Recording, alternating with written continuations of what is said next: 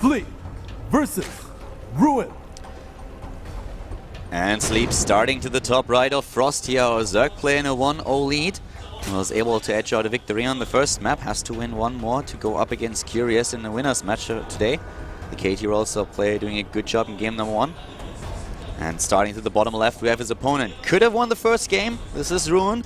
He had his chances in the first match, but unfortunately for him, didn't work out in the end. Couple of mistakes cost him the game and started his downfall. Now we are on a completely different map though with cross positions. Yeah, cross spawns here, and this is good for Sleep again. You never want to really be spawned horizontally with your opponent. We talked about this before. The third base is for a Protoss player so hard for the Zerg to attack because he either has to walk all the way around the map to get to it, or he has to walk down that bridge of doom where force fields and AoE damage just make any Zerg army unhappy. So these spawning locations means that it's really far by rush distance to attack for a Zerg player, even with Hydras and Roaches, but it means that it's tough for Ruin to pressure as well. So you can expand pretty quickly, pretty safely. Yeah, I mean, the one thing that you can, of course, always do, if you just commit to pure gateway armies, you can warp in. But as soon as you want to be a little bit more sophisticated, go for a 2 Colossi push, go for a few Immortals or anything else, you have to cross the map with the units. And that's going to take very long across positions. Allows the Zerg player to get more units into the game and prepare exactly for what you're doing. Especially when he scouts early on what's happening at the bottom left. Yeah. And we have a pool first. No, we don't. Yeah, we do. Yeah, we do. I was looking at the production tab wrong. I was like, yeah, it's pool first. That's really unusual for a 4-player map like this. Actually, it's being used on Frost a lot that Zerg players go into pool first. It's one of those maps where because of you're on a 4-player map, you can go into hatch first, but at the same time, there are a couple of positions that are really good for canning. And if you are on actually close positions, the distance between the bases is not this big. So before the Overlord arrives at the bottom right, he doesn't really know where his opponent spawns. And that's why a lot of Zerg players start with a pool regardless and say like, alright, I'm going to play this a little bit more defensive.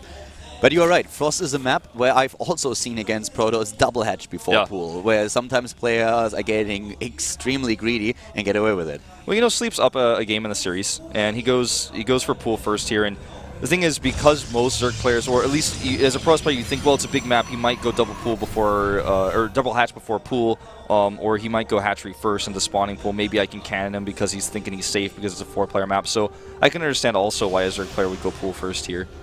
It's just a matter of preference. Obviously, for Ruin, in this case, he's in a good spot because he doesn't even go for 4G. He techs up very quickly. And so that means that Sleep's extra safety doesn't really help him, doesn't really give him much of an edge here. The third base now also coming into play at 4:30. And it's really interesting to see him go for this early of a third base. This is one of the problems that Zergs were faced with when Naniwa first came up in Heart of the Swarm with the gateway opening instead of a forge. And the question is Ruin going to try to capitalize on it? Because now Zergs are, even with the third base, just trying to play with less Harvesters, staying at 30, 35, something around those lines, and then you can defend also against gateway aggression if you scout early, and that's what he's currently trying to do. Sleep controls both Xel'Naga Watchtowers, so he knows when a probe is active on the map, except for the one that was able to sneak past to the bottom right. So, looks a little bit like he's trying to high tech down there. Yeah, he could be. I mean, it's a bit strange for him to leave it here otherwise. And he goes into the Stargate, so I'm really curious what that probe is going to do in the long run. Maybe he adds gateways down there for a timing, because like you said, you don't really need anything except the warp-in point. The burst distance doesn't matter. But the thing is, like, usually as a Protoss player, you aren't too worried on a cross position against Zerg hiding tech. Yeah, exactly, because it takes them so long to get the second Overlord across the map. We have now the tech added in the main base. That's the Twilight Council. I think the only reason why we have the probe at the bottom right is he's completely trying to hide it and then go and look if the Zerg player has a fourth base a little bit later on. Yeah, that makes sense. He can also maybe even make a pylon there. Then forward warp pylons, Zealots. Exactly, run them to the fourth base if it exists. So yeah. Yeah, just making sure he gets over there. It's going to be much harder to send a probe over there in the mid-game with a Zerg player controlling the watchtowers. Yeah, hiding tech on a different spot on the map in this particular matchup on this map with those positions is not something that you're worried about. Yeah. The Overlords take so long to get in position at the main base of the opponent, so yeah. Really nice scouting here by Sleep. Meanwhile, he not only sees the Oracle here and is going to be able to immediately start a Spore, but may even find that probe to the bottom right. Looks like he's looking for it. This Oracle is going to do some damage, though, meanwhile, before it's ready. He's going to fight this Queen 1v1. He will kill it. Yep, and what I liked, though, was that he was evacuating the drones. Yeah, doesn't lose a single Harvester there, and it's not a big pain to lose that Queen. 6 gateways going up, and Blink, I think we're going to see a timing Yeah, I guess that's pretty safe to say. I think there's no chance we're going to see a third Nexus here, man. I think these gateways might indicate he's going to be aggressive. He may attack Keldor. It's a possibility. Sherlock Wolf is on the case. I think there's a solid possibility. I mean, don't quote me on this, but I won't. It's fine.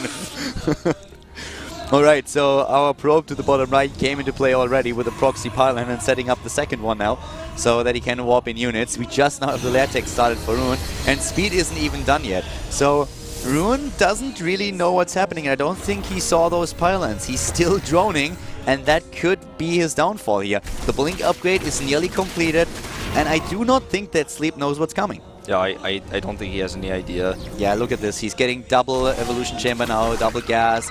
And I think he still doesn't know. He gets 12 roaches. And I guess he feels that something is a little bit off here. But I do not think he expects this many units to come I don't think so either, man. He's droning again. Yeah, only 12 roaches too, and he's playing spore crawlers. He's like expecting maybe DTs. Now he knows, of course. This and is a pretty big sign. Oh god. Oh my god. 5 overlords, 7 overlords he's making, and that's all of his resources gone. This is not good for Sleep. I mean, he has those 12 roaches and a few Zerlings, but against Blinkstalkers, you want a lot more than that. Exactly. Here we go. Blinkstalkers are already there. Another pylon has been started. And here comes the Protoss player trying to bring us into Game 3. He's not there yet, though. Sleep is trying to get his roach numbers up. Here comes the Warp Prism as well. We have the Oracle coming into play too. Another Overlord being sniped. We can't lose too many of those. There's still a little bit of a buffer for additional units, but he has to be careful. Sleep is trying to buy this time, trying to get the army out there to finally contest Ruin's forces. Yep, Ruin being very patient as well himself. 2 sentries here. One is going to be able to drop a Guardian Shield, and he's actually going for the attack now. Roaches on the left and drones in the north. He's going to need a lot more than that. I think he actually just has to let this hatchery go. I don't think fighting here might be the right answer, but Time Warp goes down on those drones, and he can't fight this. I mean, he just can't fight this army right now. Good time warp here by Ruin. The base is already gone. Those spore crawlers will follow in just a few seconds, but we still have a 30 supply lead for Sleep, and it's 2 base versus 2 base. So Sleep definitely taking a couple of hits here, but Ruin has to do more than that. He's moving in, taking down Overlord. That's going to supply Sleep again, and that's going to be a big, big problem. Here come the Blink Stalkers. They are moving in. They are also the Oracle once again, and this is the next time warp going down here. The Blink Micro has started, and it looks really good for Ruin here. Sleep still supply block. He's trying to get Overlords into the game, but it's so difficult for him. Roach speed also on the cusp of finishing here, and this is just more Stalkers than Roaches. Well, now an even count of the 2. Doesn't matter if you have a Concave at the top of the ramp against this many Stalkers, especially with the Sentry support with that Guardian Shield. He's now going to widen this choke point, so that's a lot easier to get a Concave with his Stalkers and start to push up here. A few Zealots at the front to also tank.